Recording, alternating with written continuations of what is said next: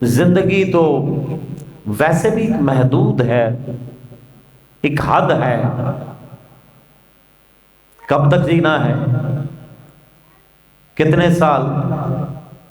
60 سال، 70 سال، 80 سال، 100 سال؟ 100 والا تو چکر ہی نہیں رہا۔ تو جب جانا ہے، الہ کے پاس جانا ہے، مالک کے پاس جانا ہے، اس خالق کے پاس جانا ہے، جب پتہ ہے نا اپنی بے بسی کا، پتہ ہے اپنی کمزوری کا، پتہ ہے اپنی لاچاری کا، مجھ میں اتنی طاقت بھی نہیں، مجھ میں اتنی سخت بھی نہیں، میرے پاس اتنی دولت بھی نہیں، اور جن کے پاس دولت ہے ان کے پاس بھی سخت نہیں، وہ بھی بے بس ہیں۔ تو جب بے بس ہیں تو اس بے بسی کو جو شخص پہلے محسوس کر لیتا ہے، رب اسے بے بس رہنے نہیں دیتا۔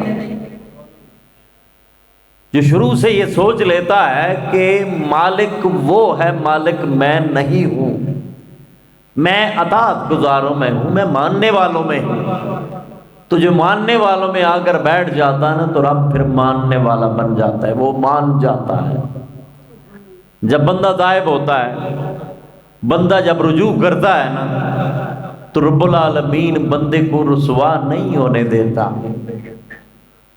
وہ تو کہتا ہے کہ تم ایک قدم میری طرف چل کر تو آؤ۔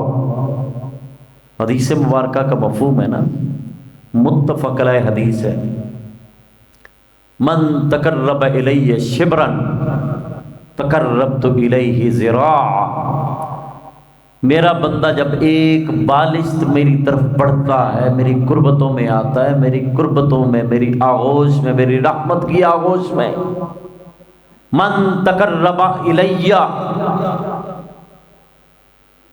اب جب میری قربت میں آ گیا، زیادہ نہ آیا، ایک بالشت آیا، بالشت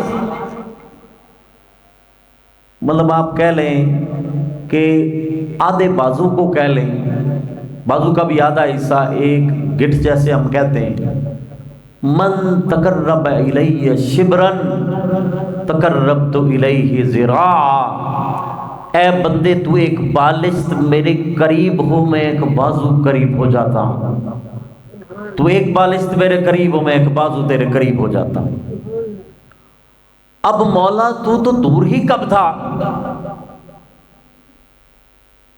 کوئی تجھے لامکاں میں ڈھونڈے، کوئی حرم میں ڈھونڈے، کوئی مدینہ میں ڈھونڈے، کوئی کہاں ڈھونڈے، کوئی کہاں ڈھونڈے، مولا تیرا تو فرمان ہے نحن اقرب الیہ من حبل الورید، میں تو تمہاری شاخ سے بھی زیادہ قریب ہوں۔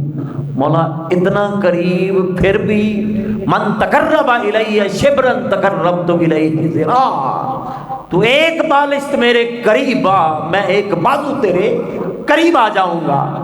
ہماری بالشت کی حد ہے، اس کی پیمائش ہے، اور وہ بے حد ہے۔ بے حد کا ایک بازو کتنا لمبا ہوگا؟ ذرا تصور کریں، جب وہ ذات اپنی قربتوں سے نوازتی ہے، جب وہ ذات اپنے قریب کرتی ہے بندے کو، تو پھر بندے کو ہوش نہیں رہتی، پھر بندہ ادھر ادھر نہیں تکتا، پھر بندے کی لو اس سے لگ جاتی ہے، سرکشی نہیں رہتی، گھمنڈ نہیں رہتا، تکبر نہیں رہتا، سرکشی نہیں رہتی، نفرت نہیں رہتی، بد اخلاقی نہیں رہتی، پیکرے اخلاق بن جاتا ہے، پیکرے محبت بن جاتا ہے، پیکرے صبر و رضا بن جاتا ہے، کیونکہ وہ راضی برضا ہوتا ہے۔ جو مالک سے راضی ہوتا ہے پھر لبوں پہ شکوہ نہیں ہوتا، پھر لبوں پہ شکایت نہیں ہوتی، کیونکہ جس کے دل میں شکایت ہو لب پہ شکایت ہوگی، اور جس سے لب پہ شکوہ ہو اس کا مطلب ہے کہ وہ بندہ مولا سے راضی نہیں ہے۔ اور جو مولا سے راضی ہو اس کی زبان بھی شاکر، اس کا دل بھی شاکر، اس کا قلب بھی شاکر، اس کی روح بھی شاکر، اس کا ظاہر بھی شاکر، اس کا باطن بھی شاکر، وہ تو پیکر شکر بن جاتا ہے۔ تو چونکہ یہ ماہ مقدس ہے ہی کرم والا، ہے ہی کرم والا۔ اب یہ الگ بات ہے کہ دیکھیں رب تو کبھی بندے سے دور ہوتا ہی نہیں، رب تو رہتا ہی قریب ہے، رب تو کبھی دور نہیں ہوا، بندہ ہی اپنے آپ کو رب سے دور کر لیتا ہے۔ بندہ جب یہ سمجھنا شروع ہوتا ہے نا رب دور ہے، میں چوری کر رہا ہوں رب دور ہے، میں جھوٹ بول رہا ہوں رب دور ہے، میں خیانت کر رہا ہوں رب دور ہے، میں ظلم کر رہا ہوں رب دور ہے، میں کسی کا حق مار رہا ہوں رب دور ہے، میں ملاوٹ کر رہا ہوں رب دور ہے، سرکشی کر رہا ہوں رب دور ہے، تکبر کر رہا ہوں رب دور ہے، غیبت کر رہا ہوں رب دور ہے۔ وہ قریب ہوتا تو مجھے دبوچ نہ لیتا، تباہ نہ کر دیتا۔ ہر ایک نے دبوچا جانا ہے، وقت وقت کی بات ہے، اس سے پہلے کہ ادھر سے آواز آئے بندے کو خود ہی پہلے سے ہی تیار رہنا چاہیے کہ بھئی ہم نے اس سفر پہ نکلنا ہے، ہم نے اس سفر پہ نکلنا ہے، زیادہ راہ ساتھ لینی ہے۔ زیادہ راہ سمجھتے ہیں؟ راستے میں جو چیزیں آپ کے کام آئیں، اوپر کیا لینا ہے، کھانا کیا ہے، پینا کیا ہے، سفر بڑا لمبا ہے، سفر بڑا لمبا ہے۔ ہمیں دنیا کا سفر بڑا لمبا لگتا ہے، دنیا کے 70 سال 80 سال 90 سال 100 سال، اب جب سانسیں بند ہوئی، یہ ڈوری کٹی، جب تہے مزار گئے تو پھر سفر کتنا لمبا، کتنے سال، کتنے 100 سال، کتنے 1000 سال، کتنے لاکھ، کتنے کروڑ، مولا پتہ نہیں، مولا یہ تو جانتا ہے کتنا لمبا سفر ہے۔ تو جب اتنا لمبا سفر ہو اور دامن میں کچھ بھی نہ ہو، کھانے کے لیے کچھ نہ ہو، پینے کے لیے کچھ نہ ہو، زیادہ راہ ساتھ نہ ہو، نہ کوئی جان ہو نہ کوئی پہچان ہو، اجنبی دیس ہے، تاریکی ہی تاریکی ہے، اندھیرا ہی اندھیرا ہے، اور جو لوگ ہم ساتھ لے کے جا رہے ہیں وہ کیا ہیں؟ ہمارے ساتھ بچھو ہی بچھو، سانپ ہی سانپ، آگ ہی آگ۔ اتنا لمبا سفر، اور ہم سفر بھی چنا تو کیا چنا؟ اب دیکھیں میں بارہا یہ بات عرض کر سکوں، وہ رب نہیں جسے بندے کی عبادت کی حاجت ہو، رب کو ہمارے روزوں کی حاجت ہرگز نہیں ہے، حاجت مند تو ہم ہیں، کیونکہ اتنا لمبا سفر بنا زیادہ راہ کے نہیں کٹنا، اتنا لمبا سفر بنا سجدوں کے نہیں کٹنا، بنا رکوع کے نہ کٹے، بنا قیام کے نہ کٹے، بنا استغفار کے نہ کٹے، بنا تلاوت کلام پاک کے نہ کٹے، بنا انفاق فی سبیل اللہ کے نہ کٹے، بنا محبت کے نہ کٹے، بنا اس کی قربت کے نہ کٹے۔ مولا تو اپنی قربتوں سے نواز دے، تیرا کرم برس رہا ہے، تیری رحمت برس رہی ہے، مولا تہی دست ہے، اس دامن میں کچھ نہیں، یہ جولی خالی ہے، یہ ہاتھ خالی ہے، اس خالی جولی کو لے کر مولا رمضان المبارک گزرتا جا رہا ہے، گزرتا جا رہا ہے، کئی رمضان آئے آ کر چلے گئے، ہم ویسے خالی کے خالی ہی رہ گئے۔ مولا ہمارے اس خالی پن کو دور کر دے، کرم کر دے، فضل کر دے، نواز دے، مولا ہمارے اس کجی والے دل کو بھی اپنی طرف موڑ دے، مولا ہمارے اس تکبر والے سر کو بھی اپنی طرف جھکا دے، ہمارے دلوں میں جو دوری ہے مولا اس کو مٹا دے، ہمارے دلوں میں جو نفرت ہے مولا اس کو مٹا دے۔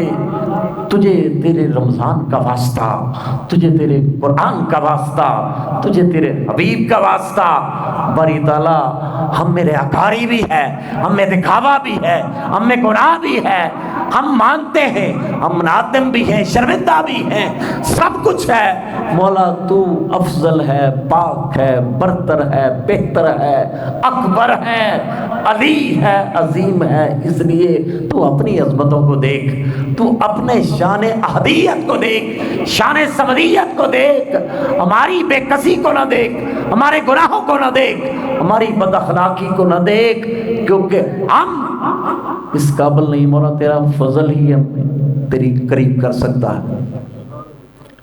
تو میں گزارش یہ کر رہا تھا کہ چونکہ رمضان المبارک گزرتا جا رہا ہے، آج 18 رمضان المبارک ہے، آج 18 رمضان المبارک ہے، 18 دن گزر گئے۔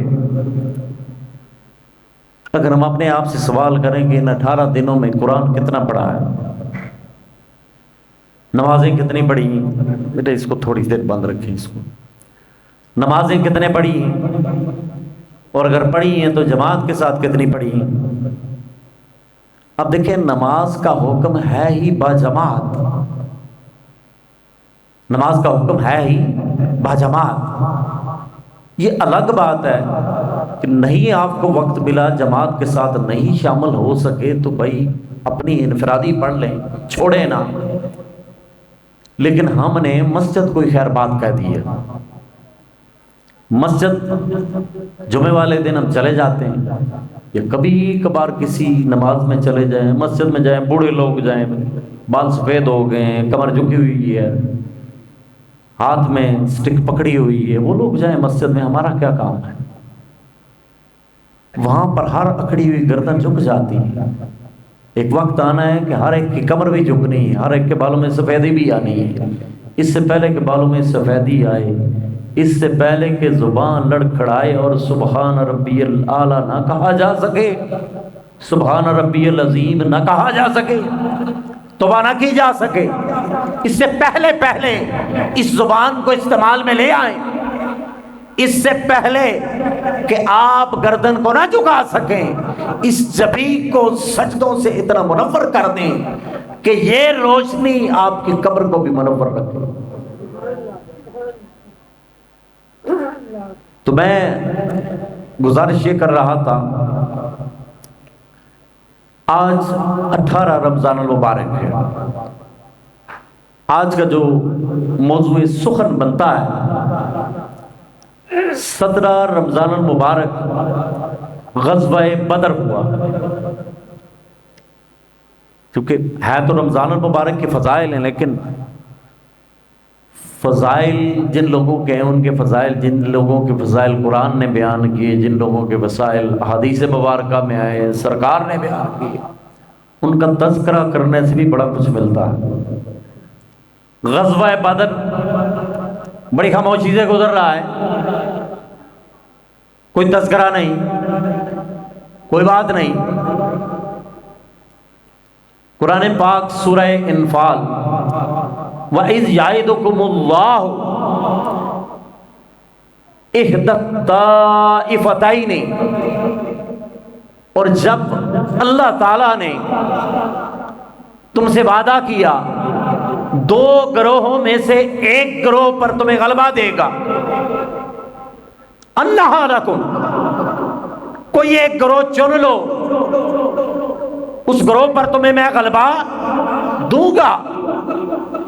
وَتَوَدُّونَ، تودون جمع کا صیغہ ہے، اور تم نے چنا ان ذات غیر الشوکۃ تکون لکم، کہ اس گروہ کو تم نے چنا جن کے پاس اسلحہ نہیں تھا بلکہ وہ مال تجارت لے کر جا رہے تھے۔ اور تیسری بات وَيُرِيدُ اللَّهُ أَن يُحِقَّ الْحَقَّ بِكَلِمَاتِهِ، اور اللہ تعالیٰ کا ایک ارادہ ہے کہ وہ اپنے کلام سے حق کو واضح کرے، أَن يُحِقَّ الْحَقَّ وَيَقْطَعَ دَابِرَ الْكَافِرِينَ، اور کافروں کی جڑ کو کاٹ دے۔ ابتدا میں چونکہ سرکار، کیونکہ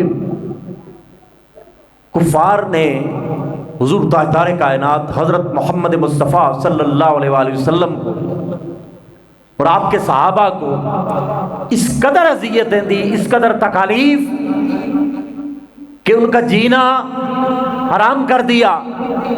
آخر کار جان بچا کے اللہ کے امر سے، اللہ کے حکم سے صحابہ کرام حضور کے ساتھ مکہ سے مدینہ طیبہ، نفرت نہ مٹی، نفرت نہ مٹی، ابال چڑھتا گیا.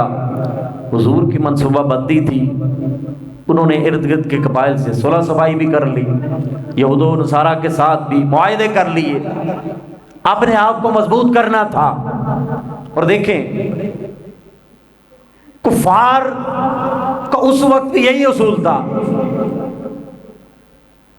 جو مالے تجارت لے کر جا رہے تھے نا، حضرت ابو سفیان رضی اللہ تعالیٰ عنہ، کیونکہ پہلے وہ کافروں کے سردار تھے،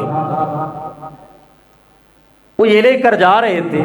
سامان تجارت میں سب کے پیسے لگے ہوتے تھے، ملک شام سے تجارت ہوتی، دیگر ممالک سے ہوتی، اس میں سے ایک حصہ مخصوص تھا جنگ کے لیے. اس سے گھوڑے لینے، اس سے تلواریں لینی ہیں، اس سے نیزے خریدنے ہیں، اس سے زریں لینی ہیں، اس سے اونٹ لینے ہیں، اس سے دفاعی بجٹ بڑھانا ہے. بالکل وہی اصول ہے اسرائیل کا. مسلمانوں کو میکڈونلڈ میں لے کر جانا ہے، انہیں سپرائٹ بیچتی ہیں، انہیں پیپسی بیچتی ہیں، انہیں لیز دینا ہے، انہیں کنور دینا، انہیں فلاں فلاں فلاں فلاں. And we go after brands کے پیچھے جاتے ہیں. افسوس کی بات ہے بھائیوں کا لہو دکھتا نہیں، ہمیں KFC نظر آتا ہے، میکڈونلڈ نظر آتا ہے، ان کی مصنوعات نظر آتی ہیں، یہ نہیں نظر آتا کہ یہی پیسے اسی سے میزائل جا رہے ہیں، اسی سے ان کی گردنیں کٹ رہی ہیں، ان معصوموں کی لاشیں گر رہے ہیں. اور افسوس، ندامت، شرمندگی، کیونکہ آج ہم میں غیرت نہ رہی، آج ہم میں حیا نہ رہی. آج ہماری ماؤں نے سلطان صلاح الدین ایوبی جیسے پیدا کرنا چھوڑ دیے. آج سیدنا خالد بن ولید جیسی ہستی کہیں نظر نہیں آتی، آج سیدنا فاروق اعظم جیسی ہستی نظر نہیں آتی. ارے یہ ہستیاں تب پیدا ہوتی ہیں جب مائیں اعلیٰ ہوتی ہیں، باپ اعلیٰ ہوتے ہیں، جب رزق حلال کا ہوتا ہے، جب انسان باکمال ہوتا ہے، تو اس گھر میں سیدنا خالد بن ولید بھی پیدا ہوتے ہیں، صلاح الدین ایوبی بھی آتے ہیں. ہمارے گھروں کا ماحول ایسا ہے جہاں پر KFC ہے، جہاں پر میکڈونلڈ ہے. اب ہماری مائیں مائیکل جیکسن کو جنم دیں گی، کس کو جنم دیں گے؟ کیا کریں گے؟ ہم شرمندہ ہیں. ہم تو منہ سے بھی نہیں کہہ سکتے، ہم مذمت بھی نہیں کر سکتے. 56 ممالک، 57 ممالک، اربوں میں آبادی، تیل کے مالک، مال و زر کے مالک، اقتدار بھی ہے، سب کچھ بھی ہے، گردنیں پھر بھی اغیار کے سامنے جھکی ہوئی ہیں، گردنیں پھر بھی ان کے سامنے جھکی ہوئی ہیں. اور ہمیں یہ نظر آتے ہیں یہ مذہبی آزادی، یہ مذہبی آزادی، اور ہماری مذہبی آزادی کوئی نہیں. حضور کا فرمان ہے مسلمان ایک جسم کی مانند ہے، ایک حصے کو درد ہو تو سارے حصے کو درد ہوتا ہے. یہ کیسی مسلمانی ہے؟ ادھر لاشیں گر رہی ہیں، نہ پانی ہے، نہ کھانے کو ہے، نہ شیلٹر ہے، نہ کچھ ہے، اور ہم بھی بے بس، ہمارا میڈیا بھی بے بس، سب بکے ہوئے فار سیل. وہی مسلمان جس کا ایمان کبھی نہ بکتا تھا، وہی مسلمان اپنے آپ کو سیل میں لگا لیا. تو میں نے پہلے عرض کیا عارضی ہے، کیا پتا کب اس کی لاٹھی پڑے. ذرا تصور کریں، جس بچے نے ابھی سانس بھی نہیں لیا، جو بچہ ابھی دنیا میں آیا ہی نہیں، ماں کے ساتھ پہلے ہی شہید، مپاری ہو رہی ہے، ہاسپٹل مسوار ہو رہے، کوئی خبر نہیں دے سکتا، کوئی بات نہیں کر سکتا. وہی جہاد، ہم کیا کریں؟ جہاد ہمارے بس میں کچھ نہیں. افسوس کی بات ہے. تو میں گزارش یہ کر رہا ہوں کہ خدا را جو آپ کے بس میں ہے وہ تو کریں، جو آپ کے بس میں ہے وہ تو کریں. کم از کم ان کے لیے ہاتھ اٹھا لیں، کم از کم ان کی پروڈکٹس کا بائیکاٹ کر دیں. لیو them, they hate us, they consider themselves superior to Muslim. یہودی یہ سمجھتے ہم سب سے اعلیٰ ہیں، بخشے ہوئے ہیں، قرآن میں آئے، میں نہیں کہتا، وہ کہتے ہیں ہم بخشے ہوئے ہیں، جنت ہمارے لیے ہے، کسی اور کی نہیں ہے۔ ان کے مذہب میں مسلمانوں کو جتنا مارو گے اتنا ہی درجات بلند ہوگے، مسلمانوں کو جتنا مارو گے درجات اتنے ہی بلند ہوں گے۔ تو میں بات کر رہا تھا غزوہ بدر کی، چونکہ وقت کی کمی ہے، تو سرکار علیہ السلام ناکہ بندی جب کی گئی تجارتی قافلے کی، لیکن اس کے باوجود اطلاع پہنچ گئی، وہ برحال چلے گئے۔ اب دیکھیں کہ ادھر سے حکم ہوتا ہے، اللہ کی چاہت بھی یہی ہے کہ اس قافلے پر حملہ کرنا ہے کہ ان کو جڑ سے کاٹ دینا ہے، ان کے غرور کو خاک میں ملانا ہے، ان کے تکبر کو خاک میں ملانا ہے، اور جو پسند ہے اللہ کی پسند تو وہی چل رہی ہے، جو پسند ہے اللہ کے رسول کی پسند تو وہی چل رہی ہے۔ حضور تاجدار کائنات آپ بیان فرما رہے ہیں، صحابہ کرام کا جم غفیر ہے، اور جم غفیر کتنا؟ صرف 313 میں نہ اونٹوں کی تعداد ہے زیادہ، نہ گھوڑوں کی تعداد ہے، نہ تلواریں ہیں، نہ تیر ہیں، ظاہری اسباب کچھ بھی نہیں، ظاہری اسباب کچھ بھی نہیں، اور ادھر مال و زر بھی ہے، دولت بھی ہے، گھوڑے بھی ہیں، اونٹ بھی ہیں، کھانے پینے کو بھی ہے، رقص و سرور بھی ہے، سارا کچھ ہے، اور ادھر حضور تاجدار کائنات اب مخاطب ہو رہے ہیں کہ آج کے دن صحابہ کو مخاطب کر رہے ہیں، اے صحابہ آج کے دن جو خلوص نیت کے ساتھ لڑے گا اور پیٹھ پھیر کر بھاگے گا نہیں، سامنا کرے گا، میں اسے جنت کی ضمانت دیتا ہوں، وہ جنتی ہے، میں اسے جنت کی ضمانت دیتا ہوں۔ آپ جب یہ باتیں کر رہے تھے نا تو صحابی رسول کھجوریں کھا رہے تھے اور حضور کی باتوں کو بڑے غور سے سن رہے تھے، حضور کے چہرہ اقدس پر ان کی نظریں تھیں۔ جب سرکار نے یہ کہا نا کہ میں تمہیں جنت کی ضمانت دیتا ہوں، تو آپ نے نعرہ لگایا، کھجوروں کو ایک طرف پھینکا اور کہا اب میرے اور جنت کے درمیان فقط اتنا فاصلہ ہے کہ تلوار چلے اور مجھے جنت مل جائے، آقا مجھے اجازت دیں، وہ جاتے ہیں، تھوڑی دیر کے بعد ان کی شہادت کی خبر آ جاتی، اتنا کامل ایمان صحابہ کا۔ حضور جو بولے وہی حق، حضور جیسے چلے ویسے چلنا، حضور جیسے بیٹھے ویسے بیٹھنا، حضور کا ہر عمل ان کے لیے عبادت، حضور کا بیٹھنا عبادت، حضور کا انداز تکلم عبادت، ارے ہر شے عبادت۔ ابھی جنت کس نے دیکھی؟ تلوار سے گردن کٹی، بعد میں کیا ملنا ہے کیا نہیں ملنا یہ بات کی باتیں ہیں۔ انہوں نے زبان مصطفیٰ پر ایسا اعتماد تھا، ایسا یقین تھا کہ اس خدا کو خدا مان بیٹھے تھے۔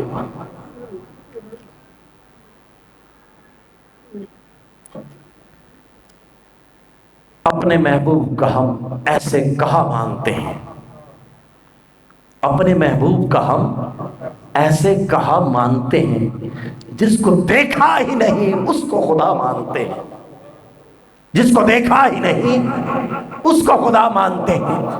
اور ایک اور صحابی اٹھے، آپ عرض کرتے ہیں سرکار، قرآن میں یہ واقعہ بھی بیان ہوا ہے، جب حضرت موسیٰ علیہ السلام نے اپنی قوم سے کہا نا آؤ فرعون کے ساتھ جنگ کرنی ہے، جہاد کرنا ہے، تو قوم وہیں پر بیٹھ گئی اور کہتے ہیں کہ جی آپ اور آپ کا رب جا کے اس سے لڑیں، ہم تو یہیں پر بیٹھ کے انتظار کرتے ہیں، جیتتا کون ہے۔ وہ صحابی رسول کھڑے ہوئے، آپ نے بیان کیا، ان کا سرکار ہمیں بنی اسرائیل کی طرح نہ سمجھے گیا جنہوں نے یہ کہا تھا کہ آپ جانے آپ کا رب جانے، یہ بڑی جابر قوم ہے، بڑی سخت قوم ہے، یہ بات ہم نہیں کہیں گے، ہم یہ کہیں گے حضور ہم جانے یہ جانے، آپ ایک طرف ہو جائیں، جو ہوگا ہمارے ساتھ ہوگا، آپ کے ساتھ کچھ نہیں ہوگا۔ اور ایک اور صحابی رسول اٹھتے ہیں، آپ بیان کرتے ہیں، آپ کہتے ہیں حضور آپ کے قدموں پر ہر چیز جانثار، آپ حکم دیں ہم سمندر میں اتر جائیں گے، دریاؤں میں اتر جائیں گے، آپ جیسا چاہیں گے ویسا ہوگا، یہ جسم کٹ سکتا ہے، یہ گلا کٹ سکتا ہے، آپ کے قدموں میں نثار ہو جائیں گے، ایسا کبھی ہو نہیں سکتا، ہم پیچھے ہٹ جائیں۔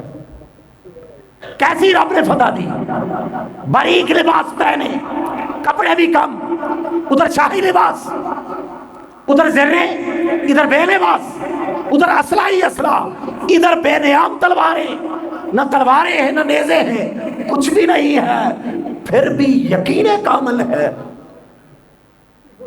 اب دیکھیں حضرت عکاشہ رضی اللہ تعالیٰ عنہ، آپ کے پاس تو تلوار ہی نہیں تھی، ان کے پاس تلوار ہی نہیں تھی، سرکار کے پاس ہے، سرکار میں کس سے لڑوں، میرے پاس تو تلوار ہی نہیں ہے۔